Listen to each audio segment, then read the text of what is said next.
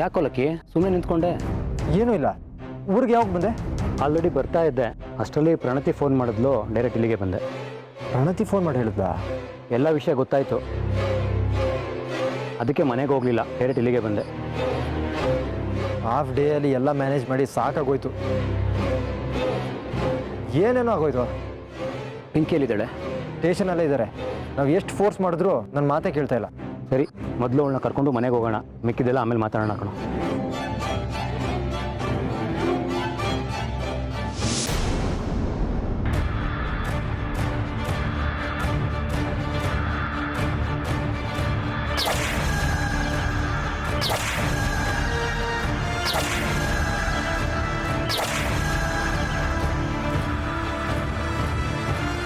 ನನ್ನ ಮಾನ ಮರ್ಯಾದೆಲ್ಲ ಹೋಯ್ತು. ಇನ್ಯಾಕೆ ನಾನು ಬದುಕಿರ್ಬೇಕು ಹೇಳಿ? ಪಿಂಕಿ, ಅಳೋದು ನಿಲ್ಲಿಸು. ಇವಾಗ ಅಂಥದ್ದು ಏನಾಗಿದೆ ಅಂತ ಅಳ್ತಾ ಇದೆಯಾ? ಸಾಲ್ದ? ಇಷ್ಟಾಗಿರೋ ಸಾಲ್ದ ರೀ, ಇನ್ನೂ ಏನಾಗಬೇಕು ಹೇಳಿ? ದೊಡ್ಡ ಮನೆ ಸೊಸೆ ಅಂತ ಗರ್ವದಿಂದ ಬದುಕ್ತಾ ಇದ್ದೆ, ಆದರೆ ಇವ್ರುಗಳೆಲ್ಲ ಸೇರಿ ನನ್ನ ಮೇಲೆ ಕಂಪ್ಲೇಂಟ್ ಕೊಟ್ಟು ಪೊಲೀಸ್ ಸ್ಟೇಷನ್ಗೆ ಕರೆಸಿದ್ದಾರೆ. ನಾನು ಬಂದಿದ್ದೀನಲ್ವಾ, ಏನೂ ಆಗಲ್ಲ, ಏನು ಯೋಚನೆ ಮಾಡಬೇಡ. ಮನೆಗೆ ಹೋಗಿ ಕುತ್ಕೊಂಡು ಮಾತಾಡೋಣ ಬಾ. ನೀವು ಕರಿತಾ ಇದ್ದೀರಾ ದತ್ತ ಅವರೇ, ನನಗೂ ಮನೆಗೆ ಬರೋದಕ್ಕೆ ಇಷ್ಟನೇ. ಆದರೆ ಈಗ ಆಗಿರೋ ಅವಮಾನಕ್ಕೆ ಸಂಖ್ಯೆ ದಿಬ್ಬದಲ್ಲಿ ಎಲ್ರಿಗೂ ಹೇಗೆ ಮುಖ ತೋರಿಸ್ಲಿ? ನೋಡಿ, ಊರವ್ರೆಲ್ರು ದತ್ತನ ಹೆಂಡತಿ ಸರಿ ಇಲ್ಲ ಅಂತ ಮಾತಾಡ್ಕೋತಾ ಇದ್ದಾರೆ. ಅವರಿಗೋಸ್ಕರನಾದ್ರೂ ಇವ್ರುಗಳು ನನ್ನ ಹತ್ರ ಸಾರಿ ಕೇಳಬೇಕು. ಹಾಗಿದ್ರೆ ಮಾತ್ರ ನಾನು ಬರೋದು, ಇಲ್ಲ ಅಂದ್ರೆ ಯಾವ ಮುಖ ಇಟ್ಕೊಂಡು ನಾನು ಊರಿಗೆ ಬರಲಿ ಹೇಳಿ?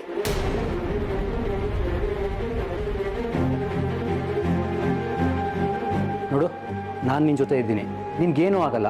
ಬಾ, ಮನೆಗೆ ಹೋಗೋಣ. ಊರವ್ರ ಮುಂದೆ ದತ್ತನ ಹೆಂಡತಿ ಒಳ್ಳೆಯವಳು ಅಂತ ಹೆಸರು ತಗೊಂಡಿದ್ದೆ, ಆದ್ರೆ ಇವ್ರುಗಳು ಮಾಡಿರೋ ಕೆಲಸಕ್ಕೆ ನಾನು ಅವ್ರ ಮುಂದೆ ತಲೆ ತಗ್ಗಿಸ್ಬೇಕು. ಯಾರ ಮರ್ಯಾದೆನೂ ಯಾರಿಂದನೂ ಹಾಳಾಗಲ್ಲ. ನೀನು ಅದ್ರ ಬಗ್ಗೆ ಯೋಚನೆ ಮಾಡಬೇಡ ಪಿಂಕಿ. ಬಾ, ಮನೆಗೆ ಹೋಗೋಣ.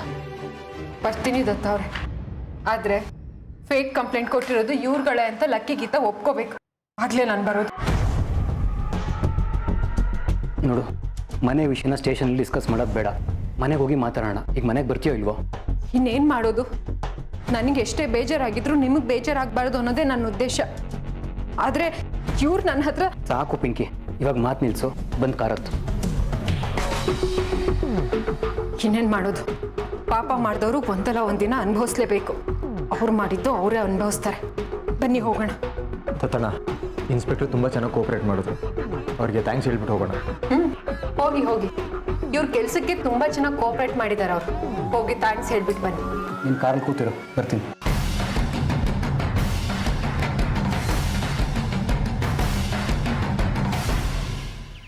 ಇನ್ಸ್ಪೆಕ್ಟರ್ ಹತ್ರ ಮಾತಾಡಿದ್ದೀನಿ. ಏನಂದ್ರು? ಅದೆಲ್ಲ ಮುಗಿದೋಗಿರೋ ಕತೆ, ಬಿಟ್ಟುಬಿಡು. ಬನ್ನಿ ಹೋಗೋಣ.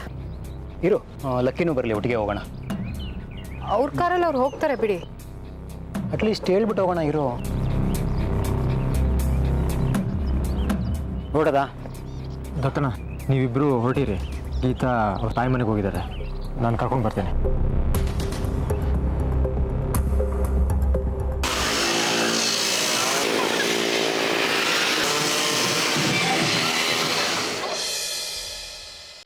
ತಗೊಳ್ಳಿ ದತ್ತಣ್ಣ ಕಾಫಿ.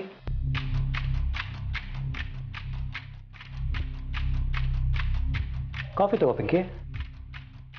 ಕಾಫಿ ಕೊಡೋರೆ ತಗೋ ಅಂತ ಹೇಳ್ತಿಲ್ಲ, ನೀವೇನು ಹೇಳೋದು? ಅಯ್ಯೋ, ಕಾಫಿನ ಬಿಸಿ ಇದ್ದಾಗಲೇ ಕುಡಿಬೇಕು, ಇಲ್ಲ ನಾನು ಕಾಫಿ ಕುಡ್ದಾಗೆ ಅನ್ಸಲ್ಲ. ತಗೋ, ಕುಡಿ. ಹೊರಗಡೆಯವ್ರಿಗೆ ತಗೊಳ್ಳಿ ಕುಡೀರಿ ಅಂತ ಹೇಳಬೇಕು, ಮನೆಯವ್ರಿಗೆ ಏನೇ ಹೇಳೋದು? ಈಗೇನೋ ನಿಂಗೆ ಹೇಳಬೇಕು ತಾನೆ. ತಗೋ ಕಾಫಿ, ನಿನ್ನ ಫೇವ್ರೆಟ್ ಸ್ಟ್ರಾಂಗ್ ಆಗಿರೋ ಬಿಸಿ ಬಿಸಿ ಕಾಫಿ ತಗೋ. ನನಗೆ ಬೇಡ. ನಿನಗೇನಾದ್ರೂ ಕಾಫಿ ಕುಡಿಬೇಕು ಅಂತ ಅನ್ಸಿದ್ರೆ ಯಾರಿಗಾದ್ರೂ ಸರಿ ಬಲವಂತ ಮಾಡಿ ಕಾಫಿ ಮಾಡಿಸ್ಕೊಂಡು ಕುಡಿತೀಯ. ಇವಾಗ ಅವರೇ ತಂದುಕೊಟ್ರೆ ಕುಡಿತಾ ಇಲ್ವಲ್ಲ, ಕುಡಿಯೇ. ಒಂದೇ ವಿಷಯನ ಎಷ್ಟು ಸಲ ಹೇಳಿ, ನನಗೆ ಬೇಡ ಕಾಫಿ. ನೋಡು, ಯಾವುದೋ ಕೋಪನ ಊಟ ತಿಂಡಿ ಮೇಲೆ ತೋರಿಸ್ಬಾರ್ದು. ತಗೋ ಕಾಫಿ ಕುಡಿ. ನೋಡು, ಕಾಫಿ ತುಂಬಾ ಸ್ಟ್ರಾಂಗ್ ಆಗಿ ಸೂಪರ್ ಆಗಿದೆ, ಕುಡಿ. ತಗೋ,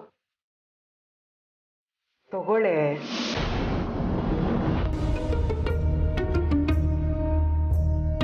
ಬೆಳಗ್ಗೆ ತಿಂಡಿ ತಿಂದು ಹೋದವಳು ಆಮೇಲೆ ಏನು ತಿಂದೇ ಇಲ್ಲ ಅಲ್ವಾ ನೀನು? ನಿಂಗೇನಾದ್ರೂ ರೆಡಿ ಮಾಡ್ಕೊಡ್ಲಾ ತಿನ್ನಕ್ಕೆ? ಬೇಡ. ಅನ್ನ ರಸಂ ರೆಡಿ ಇದೆ ಕಣೆ, ಹಾಕೊಂಬಂದು ಕೊಡ್ಲಾ? ಎಷ್ಟು ಸಲ ಹೇಳೋದು ಬೇಡ ಅಂತ? ಪದೇ ಪದೇ ಅದನ್ನೇ ಹೇಳ್ಬೇಡ. ಬೀದಿಯಲ್ಲಿ ಚಪ್ಪಲಿ ಹೊಡೆದು ಅಡ್ಗೆ ಮನೇಲಿ ಬಂದು ಕಾಲು ಹಿಡ್ಕೊಂಡ್ರಂತೆ. ಹಂಗಾಯ್ತು ನೀನು ಉಪಚಾರ.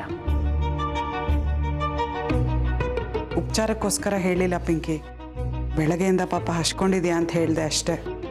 ಮಾಡೋದೆಲ್ಲ ಮಾಡಿಬಿಟ್ಟು ಈಗ ಏನು ಗೊತ್ತಿಲ್ಲದೆ ಇರೋ ಹಾಗೆ ನಾಟಕ ಮಾಡಿದ್ರೆ ನನಗೆ ಗೊತ್ತಾಗಲ್ಲ ಅನ್ಕೊಂಡ್ಯಾ? ಓ, ದತ್ತವ್ರು ಇದ್ದಾರೆ ಅಂತ ಅವ್ರ ಮುಂದೆ ನನ್ನನ್ನು ಚೆನ್ನಾಗಿ ನೋಡ್ಕೊಳ್ಳೋ ಥರ ನಾಟಕ ಮಾಡ್ತಾ ಇದೆಯಾ? ನೀನು ಹಾಗೆ ಹೇಳಿದೆ ಅಂತ ನಂಗೆ ಯಾವ ಬೇಜಾರು ಇಲ್ಲ. ನಿಂಗೆ ಹಶ್ವಾದಾಗ ಹೇಳು, ಬಂದು ಊಟ ಬಡಿಸ್ತೀನಿ, ಸರಿನಾ? ನೋಡು, ನಿನಗೂ ಅವ್ರಿಗೂ ಇರೋ ವ್ಯತ್ಯಾಸ ಇದೇನೆ. ಒಂದೊಂದು ಸಲ ಚೆನ್ನಾಗೇ ಇರ್ತೀಯ, ಇನ್ನೊಂದು ಸಲ ಮನಸ್ಸಿಗೆ ಬಂದಾಗೆಲ್ಲ ಆಡ್ತೀಯ. ಸಾಕು, ಸುಮ್ಮನೆ ಇರಿ ದತ್ತವ್ರೆ. ಅವಳಿಗೆ ಯಾರ್ಯಾರ ಮುಂದೆ ಹೇಗೆ ಮಾತಾಡಿ ಸಿಂಪತಿ ಗಿಟ್ಟಿಸ್ಕೋಬೇಕನ್ನೋ ಚೆನ್ನಾಗಿ ಗೊತ್ತಿದೆ. ಹೊರಗಡೆ ನೈಸಾಗಿ ಮಾತಾಡ್ತಾಳಲ್ಲ, ಅದಕ್ಕೆ ಎಲ್ಲರೂ ಒಳ್ಳೆವಳು ಅಂತ ಅನ್ಕೋತಾರೆ. ನೋಡು ಪಿಂಕಿ, ಪ್ರಶ್ನೆ ಅದಲ್ಲ. ಇಷ್ಟೆಲ್ಲ ನೋಡಿದ್ರು ಅವ್ರು ನಿನಗೆ ಕಾಫಿ ತಂದು ಕೊಟ್ರು, ಊಟಕ್ಕೆ ಬಾ ಅಂತನೂ ಕರೆದ್ರು. ಆದರೆ ನೀನು ಮಾಡಿದ್ದೇನು?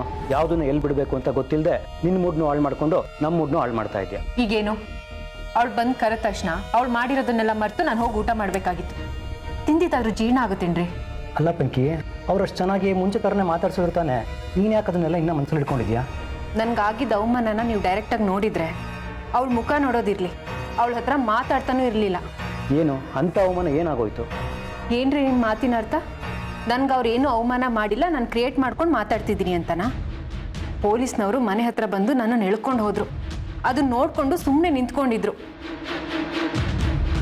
ಜೀಪ್ ಹತ್ರ ಹೋದಾಗ ಎಲ್ಲರೂ ನಿಂತ್ಕೊಂಡು ನನ್ನನ್ನೇ ನೋಡ್ತಾ ಇದ್ರು. ಇವರು ನೀನು ಹೋಗಿರು, ಹಿಂದೆ ಬರ್ತೀನಿ ಅಂತ ಹೇಳಿ ಇವರು ಅವ್ರ ಜೊತೆ ಎಲ್ಲ ನನ್ನ ಬಗ್ಗೆ ಇಲ್ಲದೆ ಇರೋದನ್ನೇ ಮಾತಾಡ್ತಿದ್ರು. ಯಾರು ಏನು ಸುಳ್ಳು ಹೇಳಿದ್ರೇನು? ಜನಗಳಿಗೆ ಸುಳ್ಳು ಯಾವುದು ನಿಜ ಯಾವುದು ಅಂತ ಗೊತ್ತಿರುತ್ತೆ. ನಿನಗೇನು ಮರ್ಯಾದೆ ಕೊಡ್ಬೇಕು ಅದನ್ನು ಕೊಟ್ಟೇ ಕೊಡ್ತಾರೆ.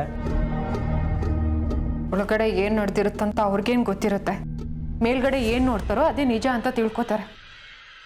ಎಲ್ಲರೂ ನನ್ನ ಬಗ್ಗೆ ಏನು ತಿಳ್ಕೊಂಡಿದ್ದಾರೋ ಏನು.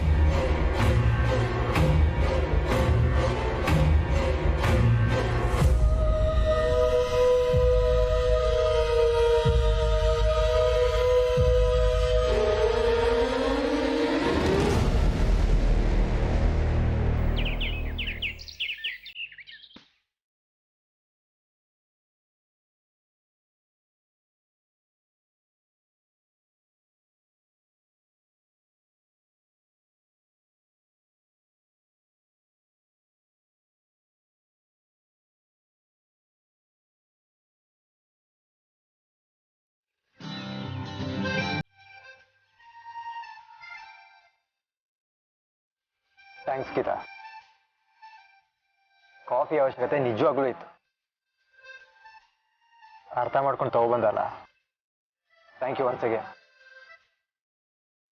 ಬೆಳಗ್ಗೆಯಿಂದ ಯಾಕೆ ಥ್ಯಾಂಕ್ಸ್ ಹೇಳ್ತಿದ್ದೀರಾ? ನನಗೆ ಗೊತ್ತು ನಿಮಗೆ ಸ್ಟ್ರೈನ್ ಆಗಿದೆ ಅಂತ, ಅದಕ್ಕೆ ಕಾಫಿ ಮಾಡ್ಕೊಂಡು ತಗೊಂಬಂದೆ. ಥ್ಯಾಂಕ್ಸ್ ಎಲ್ಲ ಯಾಕೆ?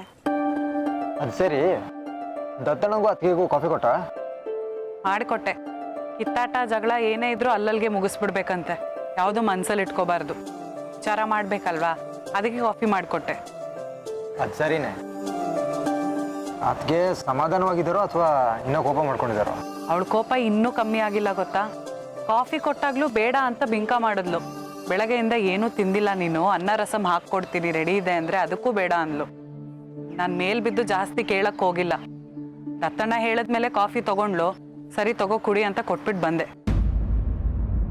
ಬೆಳಿಗ್ಗೆ ಎದ್ದ ತಕ್ಷಣ ಇವತ್ತಿನ ದಿನ ಸೂಪರ್ ಆಗಿರ್ಬೇಕು ಅಂತ ಅನ್ಕೋತೀವಿ, ಆದ್ರೆ ಏನೇನೋ ಆಗುತ್ತೆ. ಅದಕ್ಕೆ ಹೇಳೋದು, ಬೆಳಗ್ಗೆ ಎದ್ದ ತಕ್ಷಣ ದೇವ್ರ ಮುಖ ನೋಡಿ ಪ್ರಾರ್ಥನೆ ಮಾಡಬೇಕು ಅಂತ. ದೇವ್ರಿಗೆ ಪ್ರಾರ್ಥನೆ ಮಾಡಿದ್ರೆ ದೇವರು ನಮ್ಮನ್ನು ಬಿಟ್ಕೊಡಲ್ಲ. ನಾವೇ ದೇವ್ರ ಹತ್ರ ಏನೋ ಕೇಳ್ಕೊಂಡಿಲ್ಲ ಅಂತಂದ್ರೆ ದೇವ್ರು ಹೇಗೆ ನಮ್ಮ ಪರ ಇರ್ತಾನೆ ಹೇಳಿ? ನಾವು ಕ್ರಿಯೇಟ್ ಮಾಡ್ಕೊಳ್ಳೋ ಪ್ರಾಬ್ಲಮ್ಗೆ ದೇವ್ರನ್ನ ಯಾಕೆ ಬ್ಲೇಮ್ ಮಾಡಬೇಕು? ಖುಷಿನೋ ದುಃಖನೋ ನಮ್ಮ ಚಾಯ್ಸ್. ಅವಾಗವಾಗ ಅದಕ್ಕೆಯಿಂದ ಇಂಥ ಸಿಚುವೇಶನ್ ಬರುತ್ತೆ, ಏನೂ ಮಾಡೋಕ್ಕಾಗಲ್ಲ. ಅದನ್ನೇ ಹೇಳ್ತಿರೋದು ಲಕ್ಕಿ ಅವರೇ, ನೀವು ದೇವ್ರನ್ನ ನಂಬಿ ದೇವ್ರ ಮೇಲೆ ಭಾರ ಹಾಕಿದ್ರೆ ಇಂಥ ಸಿಚುವೇಶನ್ನೇ ಬರಲ್ಲ ಅಂತ. ಓಕೆ, ನೀನು ದೇವ್ರನ್ನ ತುಂಬ ನಂಬ್ತೀಯ ಅಲ್ವಾ? ನಿನ್ನ ದಿನ ಯಾಕೆ ಕೆಡ್ದಾಗ ಸ್ಟಾರ್ಟ್ ಆಯಿತು? ಕಾಲ ಕಳೆದ್ವಿ ನಿಜ, ಆದರೆ ನಾನು ದೇವ್ರ ಮೇಲೆ ಭಾರ ಹಾಕಿದ್ದಕ್ಕೆ ಏನು ತೊಂದರೆ ಆಗದೆ ಆರಾಮಾಗಿ ಬಂದ್ವಲ್ಲ. ಫಸ್ಟ್ ನಾವು ಪಾಸಿಟಿವ್ ಆಗಿರಬೇಕು, ಆವಾಗ ಎಲ್ಲ ಒಳ್ಳೇದಾಗುತ್ತೆ. ಆಮೇಲೆ ನಮ್ಮ ಸರ್ಕಲ್, ಅದು ತುಂಬ ಇಂಪಾರ್ಟೆಂಟ್. ಸೇಮ್ ಮೈಂಡ್ ಸೆಟ್ ಇರಬೇಕು.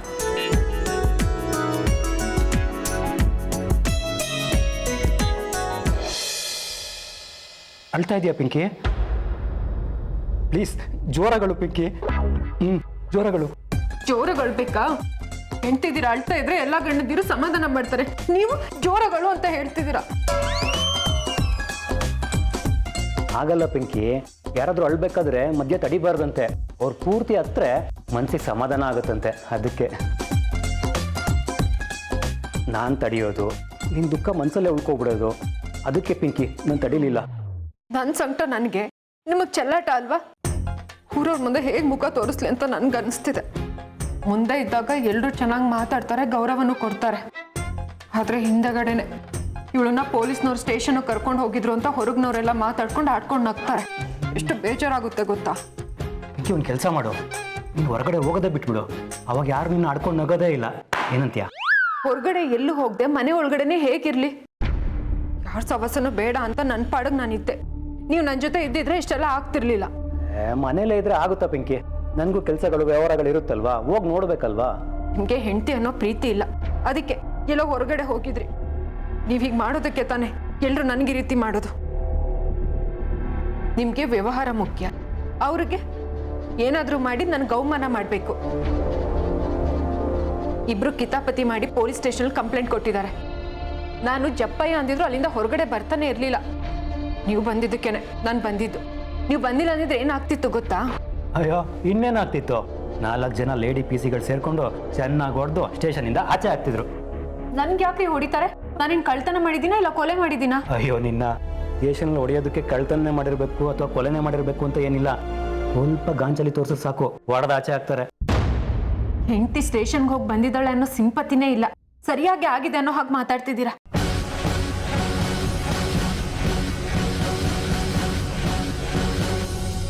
ಅದು ನಿಜಾನೇ. ನಾವ್ ಯಾವಾಗ್ಲೂ ಪಾಸಿಟಿವ್ ಆಗಿ ಯೋಚನೆ ಮಾಡಿದ್ರು ನಮ್ ಸುತ್ತಮುತ್ತ ಇರೋರು ಯಾವಾಗ್ಲೂ ಪಾಸಿಟಿವ್ ಆಗಿ ಯೋಚನೆ ಮಾಡ್ತಾರೆ ಅಂತ ಹೇಳಕ್ಕಾಗಲ್ಲ. ನಾವ್ ಅದನ್ನ ಸರಿದೂಗಿಸ್ಕೊಂಡು ಹೋಗ್ಬೇಕು. ಇಲ್ಲ ಅಂದ್ರೆ ನಮ್ ಜೀವನ ನಮ್ ಕೈಲಿರಲ್ಲ, ಬೇರೆಯವ್ರ ಕೈಲಿರುತ್ತೆ. ಹೌದು ಗೀತಾ, ಈಗ ನೀನೇ ನೋಡು, ಬೆಳಿಗ್ಗೆಯಿಂದ ಸ್ಟೇಷನಲ್ಲಿ ಏನೇನು ಡ್ರಾಮಾ ಆಯಿತು. ಇದೆಲ್ಲ ನಮ್ಮ ಕೈಲಿ ಇರಲಿಲ್ಲ, ಅತ್ತಿಗೆ ಕೈಲಿತ್ತು. ಅತ್ತಿಗೆ ಒಳ್ಳೆ ಮನಸ್ಸಿಂದ ಮನೆಗೆ ಬಂದಿದ್ರೆ ಇಷ್ಟೊಂದೆಲ್ಲ ಆಗ್ತಾ ಇರಲಿಲ್ಲ. ನಿಜ, ಪಿಂಕಿ ಕೆಲವು ಸಲ ಯಾಕೆ ಹಿಂಗೆ ಆಡ್ತಾಳೆ ಅಂತ ಅನ್ನಿಸ್ಬಿಡುತ್ತೆ. ಯಾವ್ದು ಸತ್ಯ ಯಾವ್ದು ಸುಳ್ಳು ಅಂತ ಡಿಸೈಡ್ ಮಾಡೋ ಶಕ್ತಿನೇ ಕಳ್ಕೊಂಡಿದ್ದಾಳೆ ಅನ್ಸುತ್ತೆ. ಏನೋ ಒಟ್ಟಿನಲ್ಲಿ it was a very bad day. ಅತ್ತಿಗೆ ಇಂಟೆನ್ಷನಲಿ ಮಾಡಿದ್ರೋ ಇಲ್ವೋ ಗೊತ್ತಿಲ್ಲ. ಪಿಂಕಿ ದಡ್ಡಿ ಏನು ಅಲ್ವೇ ಅಲ್ಲ, ತುಂಬ ಬುದ್ಧಿವಂತೆ ಅವಳು. ಆದರೆ ಇವತ್ತು ಅವಳು ಬುದ್ಧಿವಂತಿಕೆ ಅದೆಲ್ಲಿ ಹೋಗಿತ್ತೋ ಗೊತ್ತಿಲ್ಲ. ನಮಗೆ ಹಠನೇ ಮುಖ್ಯ ಆದಾಗ ಇಂಥದ್ದೆಲ್ಲ ಆಗುತ್ತೆ. ಅವಳಿಗೆ ಎಲ್ಲ ಗೊತ್ತಿತ್ತು ಲಕ್ಕಿ ಅವರೇ, ಆದರೆ ನಾನು ಹೇಳಿದ್ದೇ ನಡಿಬೇಕು ಅನ್ನೋದು ಹಠ ಅವಳಿಗಷ್ಟೆ. ಅದಕ್ಕೆ ಹಂಗೆ ಆಡದ್ಲು. ನಾನು ಗೆದ್ದೆ ಅಂತ ಸಂಭ್ರಮ ಪಡ್ಬೋದಲ್ವಾ? ಗೆದ್ದು ಸಂಭ್ರಮ ಪಡೋಂಥದ್ದು ಏನಿದೆ ಗೀತಾ? ನಾವೆಲ್ಲ ಒಂದೇ ಮನೆಯವರು. ನಮ್ಮನ್ನ ಸೋಲ್ಸಿ ಖುಷಿ ಪಡೋಂಥದ್ದು ಏನಿದೆ? ಈಗ ನಾನು ಕಬಡ್ಡಿಲಿ ಗೆದ್ರೆ ದತ್ತನ ಖುಷಿ ಪಡಲ್ವಾ? ಈಗ ದತ್ತನ ಸೋತ್ರೆ ನನಗೆ ಎಷ್ಟು ಬೇಜಾರಾಗುತ್ತೆ. ಮನೆಯವರಂದ್ರೆ ಹೀಗೆ ಗೀತಾ, ಎಲ್ಲರೂ ಖುಷಿಯಾಗಿರ್ಬೇಕು, ಒಗ್ಗಟ್ಟಿರ್ಬೇಕು. ನಿಜ, ಈ ದ್ವೇಷ, ಅಸೂಯೆ, ಸ್ವಾರ್ಥ ಇದನ್ನೆಲ್ಲ ಮನಸ್ಸಿಂದ ತೆಗೆದು ಹಾಕ್ಬಿಟ್ರೆ ಮನೇನೂ ಚೆನ್ನಾಗಿರುತ್ತೆ, ಮನೇಲಿರೋರು ಎಲ್ಲರೂ ಚೆನ್ನಾಗಿರ್ತಾರೆ. ಆದರೆ ಈ ಪಿಂಕಿ ಏಕಾಏಕಿ ಹಿಂಗೆ ಆಡಕ್ಕೆ ಶುರು ಮಾಡ್ತಾಳೆ. ಏನು ಮಾಡೋದು ಗೊತ್ತಾಗಲ್ಲ. ಇರ್ಲಿ ಬಿಡು ಗೀತಾ, ನೆಗೆಟಿವ್ ವಿಷಯ ಯಾಕೆ? ಎಲ್ಲರೂ ಖುಷಿಯಾಗಿರೋಣ. ನಿಮ್ಮ ಹತ್ರ ಮಾತಾಡ್ತಿದ್ರೆ ನನಗೆ ಪಾಸಿಟಿವ್ ವೈಬ್ಸ್ ಫೀಲ್ ಆಗುತ್ತೆ.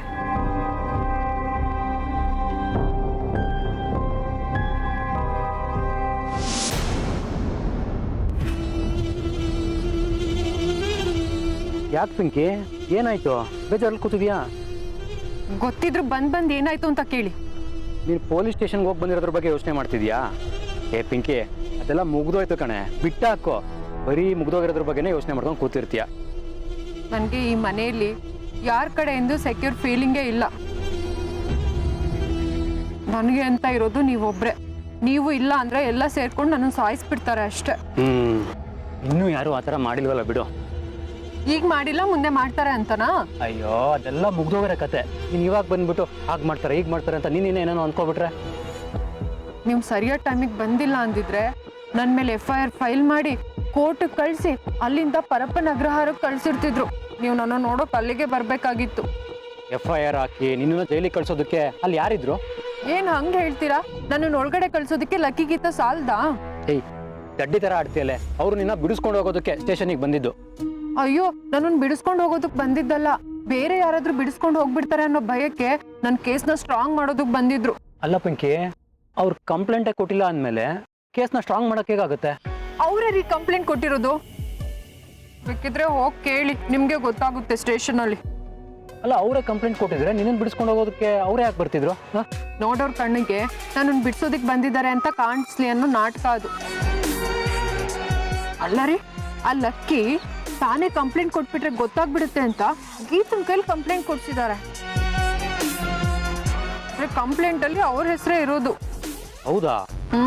ನೀವ್ ಇಲ್ದೇ ಇರೋ ಟೈಮ್ ನೋಡ್ಕೊಂಡು ನನ್ನನ್ನು ಲಾಕ್ ಮಾಡೋದಕ್ಕೆ ನೋಡಿದ್ದಾರೆ. ಅಲ್ಲ, ಅವರು ನಿನ್ನ ಮೇಲೆ ಏನಕ್ಕೆ ಕಂಪ್ಲೇಂಟ್ ಕೊಡ್ತಾರೆ? ನೀನೇನಾದ್ರು ತಪ್ಪು ಮಾಡಿದ್ಯಾ? ಅಲ್ಲ ಪಿಂಕಿ, ಸುಮ್ಮನೆ ಯಾರಾದರೂ ಬಂದು ಯಾರ ಮೇಲಾದ್ರೂ ಕಂಪ್ಲೇಂಟ್ ಕೊಡೋಕ್ಕಾಗುತ್ತಾ? ಅದೇ ದತ್ತ ಅವ್ರೆ, ನಮ್ಮ ಆ್ಯನಿವರ್ಸರಿ ದಿನ ನನ್ನ ಲಕ್ಕಿ ಅವ್ರನ್ನ ಕಿಡ್ನಾಪ್ ಮಾಡಿಸಿದ್ನಲ್ವಾ, ಅದನ್ನೇನೋ ಮರ್ತಿದ್ದೀವಿ ಅನ್ನೋ ಹಾಗಿದ್ರು. ಈಗ ಸರಿಯಾದ ಟೈಮ್ ನೋಡಿ ಕಂಪ್ಲೇಂಟ್ ಕೊಟ್ಟಿದ್ದಾರೆ. ಅಲ್ಲ, ಅದು ಮುಗ್ದೋಗಿರೋ ವಿಷಯ ತಾನೇ ಪಿಂಕಿ. ಆ ವಿಷಯದ ಬಗ್ಗೆ ಕಂಪ್ಲೇಂಟ್ ಕೊಡಬೇಕು ಅಂದಿದ್ರೆ ಆವಾಗಲೇ ಕೊಟ್ಟಿರೋರು, ಇವಾಗೇನೋ ಕೊಡ್ತಿದ್ದಾರೆ? ಇಷ್ಟು ದಿವಸ ದ್ವೇಷ ಮನ್ಸಲ್ಲಿತ್ತು, ನನ್ನ ಮೇಲೆ ಸೇಡ್ ತಿರ್ಸ್ಕೊಳ್ಳೋದಕ್ಕೆ ಕಾಯ್ತಾ ಇದ್ರು. ಈಗ ಟೈಮ್ ಸಿಕ್ತು, ಅದಕ್ಕೆ ಈ ರೀತಿ ಮಾಡಿದ್ದಾರೆ. ಆದ್ರೂ ಮುಗ್ದೋಗಿರೋದನ್ನ ಇವಾಗ ಹೇಗೆ ಅಂತ ಕೆಲವೊಂದ್ಸಲ ಅನ್ಸುತ್ತೆ ಇಂಥ ಕೆಲ್ಸಕ್ಕೆಲ್ಲ ದತ್ತಣ್ಣನೇ ಸರಿ ಅಂತ. ಆದ್ರೆ ಪ್ರಾಕ್ಟಿಕಲಿ ಇದೆಲ್ಲ ತಪ್ಪು ಅಂತ ಅನ್ಸುತ್ತೆ. ಈಗ ಯಾಕೆ ಹೀಗೆ ಮಾತಾಡ್ತಿದ್ದೀರಾ ನೀವು? ಏನಕ್ಕೆ ಅಂದ್ರೆ ಪೊಲೀಸವ್ರ ಮಾತು ಕೇಳಿ ಮನೆಗೆ ಬರ್ತಾರೆ ಅಂತ ಅನ್ಕೊಂಡೆ. ದತ್ತಣ್ಣ ಬಂದ್ಮೇಲೆ ಆ ಕೆಲಸ ಆಯ್ತು. ನಾನು ಹಾಗೆ ಅನ್ಕೊಂಡಿದ್ದೆ ಲಕ್ಕಿಯವರೇ. ನಮ್ಮಂಥವ್ರಾದ್ರೆ ಸ್ಟೇಷನಲ್ಲಿ ಈ ಥರ ಒಂದು ಮಾತು ಹೇಳಿದ್ರೆ ಏನು ಮಾತಾಡದೆ ಎದ್ದು ಬರ್ತಾ ಇರ್ತೀವಿ, ಹಠ ಮಾಡಲ್ಲ. ಆದ್ರೆ ಪಿಂಕಿ ಹಾಗಲ್ಲ, ಹಠ ಹಿಡಿದ್ರೆ ಏನ್ ಬೇಕಾದ್ರೂ ಮಾಡ್ತಾಳ ಅವಳು. ಮೊಂಡಾಟಕ್ಕೆ ಬಿದ್ದು ಪ್ರಾಬ್ಲಮ್ಸ್ ಅವಳೇ ತನಕ್ತಾ ಅಂತ ಅನ್ಕೋತಾಳೆ.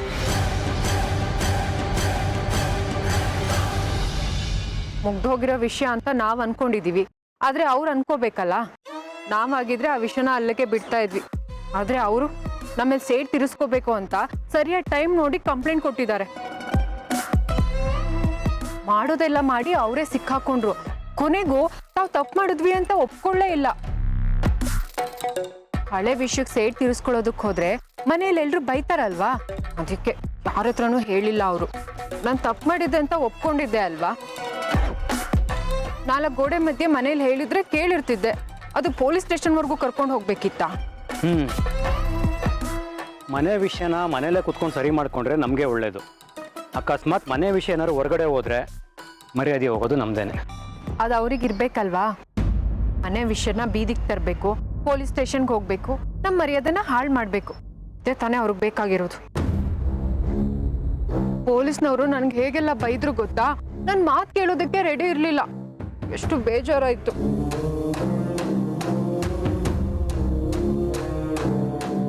ಆ ಗೀತಾ ಲಕ್ಕಿ ಇನ್ಸ್ಪೆಕ್ಟರ್ ಪರಿಚಯ ಅಂತ ಒಳಗಡೆ ಹೋಗಿ ಕುತ್ಕೊಂಡು ಮಾತಾಡ್ತಿದ್ರು. ನನ್ನನ್ನು ಮಾತ್ರ ಅಪರಾಧಿ ತರ ಹೊರಗಡೆ ಕೂಡ್ಸಿದ್ರು. ಅದೇ ಟೈಮಿಗೆ ನೀವು ಬಂದು ನನ್ನನ್ನು ಬಿಡಿಸ್ಕೊಂಡು ಬಂದ್ರಿ. ಇಲ್ಲ ಅಂದಿದ್ರೆ ನನ್ನ ಕತೆ ಅಷ್ಟೇ. ಹೋಗ್ಲಿ ಬಿಡು, ಎಲ್ಲ ಸರಿ ಹೋಯ್ತಲ್ಲ. ಏನು ಸರಿ ಹೋಗಿಲ್ಲ ದತ್ತ ಅವ್ರೆ, ಇವಾಗೆಲ್ಲ ಶುರು ಆಗ್ತಿದೆ. ನೀವು ಇಲ್ದೇ ಇರೋ ಟೈಮ್ ನೋಡಿ ನನ್ಗಿನ್ನೂ ಅದೇನೇನು ಪ್ರಾಬ್ಲಮ್ ಮಾಡ್ತಾರೋ ಏನೋ. ಆ ಥರ ಎಲ್ಲ ಏನೂ ಆಗಲ್ಲ. ಇಷ್ಟೆಲ್ಲ ಆಗುತ್ತೆ ಅಂತ ನಿಮಗೆ ಗೊತ್ತಿತ್ತಾ? ಎಲ್ಲ ನಡೆದ ಮೇಲೆನೆ ಗೊತ್ತಾಗೋದು. ಇನ್ನು ಮುಂದೆ ಹುಷಾರಾಗಿರೋಣ. ಅವರಿಬ್ರು ನಮ್ಮಿಬ್ರನ್ನ ದೂರ ಮಾಡೋದಕ್ಕೆ ನೋಡ್ತಿದ್ದಾರೆ. ನಾವಿಬ್ರು ಹುಷಾರಾಗಿರ್ಬೇಕು.